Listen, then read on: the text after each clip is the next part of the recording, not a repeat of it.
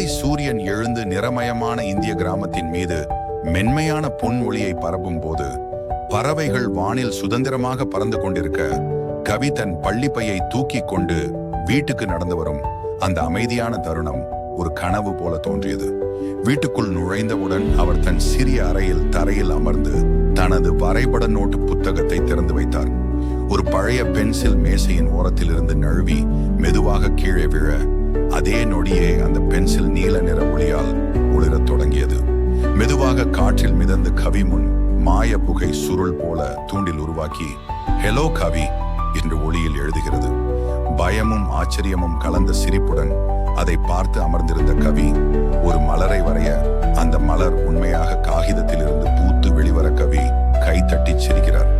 பின்னர் அவர் காற்றில் ஒரு பறவையை வரைய அது உண்மையான பறவையாக மாறி வானில் பறக்கிறது.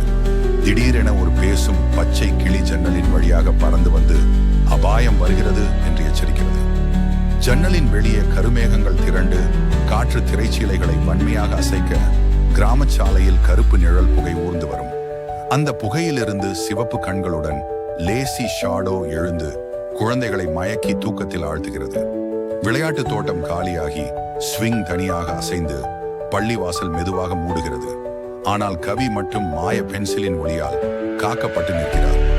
தன்னம்பிக்கையுடன் அவர் சக்தி வாய்ந்த ரோபோ பாய் வடிவத்தை வரைய ரோபோ ஒளி துகள்களிலிருந்து உருவெடுத்து ஜெட் பூஸ்டர் புகையுடன் தரையிறங்க கவி, ரோபோ மற்றும் கிளி இந்த மூவரும் ஒரு ஹீரோ அணியாக ஆக்ரோஷமான போஸ் கொடுத்து மாயப்போருக்கு தயாராகிறார்கள்.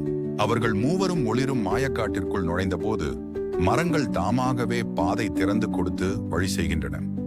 ஆழமான இருளின் மேல் மிதக்கும் பிரகாசமான கண்ணாடி பாலத்தை தாண்டி கோபமாய் கொதிக்கும் லாவா ஆற்றின் மீது ரோபோ ஒரு சக்தி பாலம் உருவாக்க கவி நடுங்கும் பாலத்தின் மேல் ஓடி செல்கிறார்.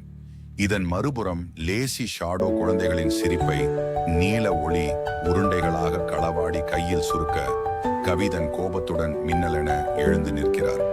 மாய பென்சில் ஒளிவாளாக மாறி அவர் ஹீரோ போல பிடித்துக் கொள்கிறார். லேசி ஷாடோ கருப்பு சூறாவளியாக மாறி தாக்க ரோபோ பாய் எனர்ஜி ஷீல்டை உருவாக்கி காத்து கிளி வட்டமிட்டு சத்தமாக எச்சரித்து பறக்கிறது. இறுதியில் நிழல் பனி போல மறைந்து போக கிராம குழந்தைகள் மெதுவாக விழித்து சிரிப்புடன் உயிர் திரும்புகிறார்கள்.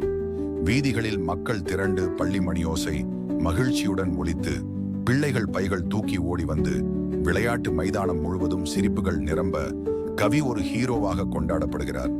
ஆனால் வானம் திடீரென்று கருமையாகி புயல் மேகங்களில் லேசி ஷாடோ ஒரு பிரம்மாண்ட உருவம் எடுத்து எழுகிறது.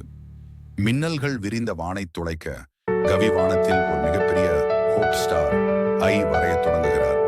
அது மெதுவாக அழகான பொன்னொழியுடன் உருவெடுத்து பிரகாசமான கதிர்களை உலகை